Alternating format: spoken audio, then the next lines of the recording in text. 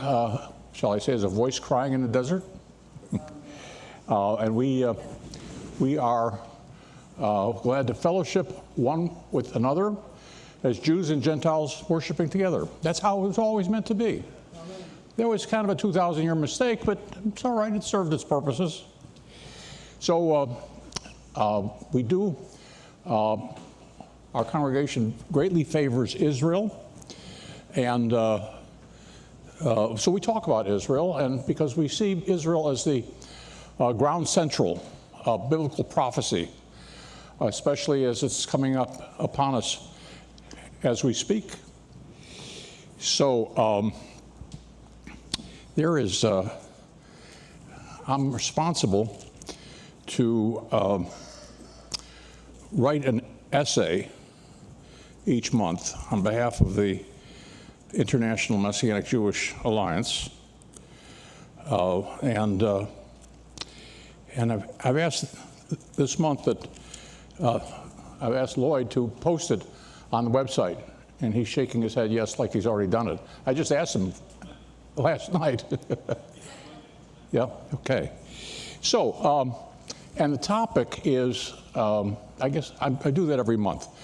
But this month, the essay is in the form of a letter to our constituency.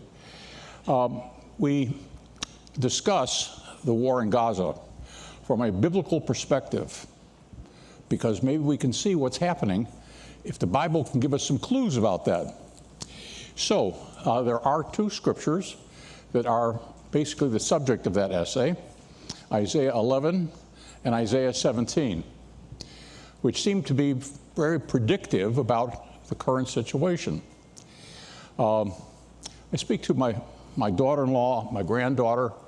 Also, they take an interest in these news developments, and so I ask them, what's going on in Israel? They say, well, the public has pretty much resigned itself to this war going on for years. Initially, we all thought this was going to last a few weeks or a couple of months, and here it is already 10 months, and it's still going on, and with the potential of expansion. So the Hamas has changed their tactics, and the new tactics are that every apartment has booby traps, explosives, and then each room in each apartment. So if you're the IDF going in to seek Hamas, you have to run, the risk of that explosion, and you never wouldn't see what hit you. So that means that this could go on for a long time. So here's let's take a look at these scriptures. Isaiah 11 and verse 14 says, and they shall fly upon the shoulders of the Philistines.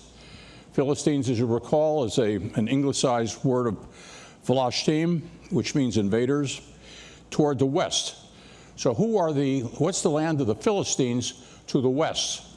Well, the only west that there is in Israel is Gaza, which is about 30 miles long and 6 miles wide. So they shall spoil them. That means Israel's going to win. They shall spoil them of the east. Together they shall lay their hands upon Edom, Moab, and the children of Ammon.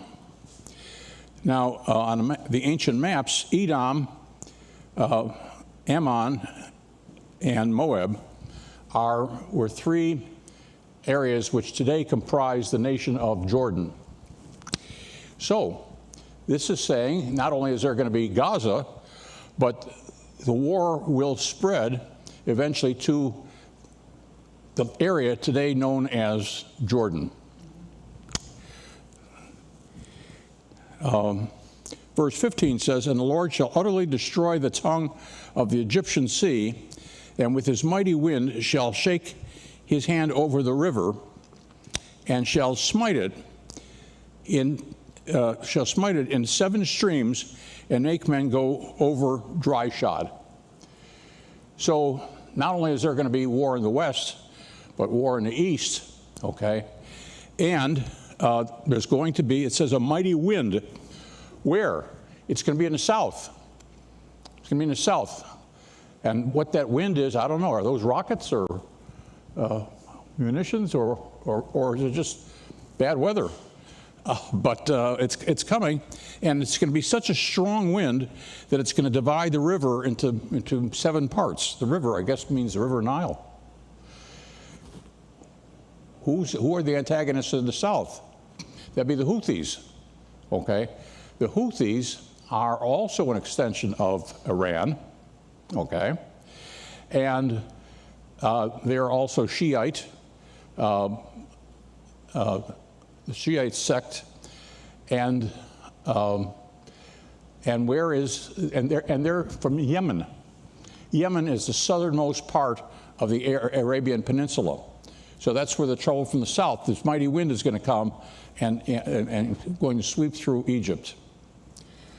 So we can see that this war is spoken about in these 2 verses as 3 separate places surrounding Israel. Well, chapter 17, excuse me.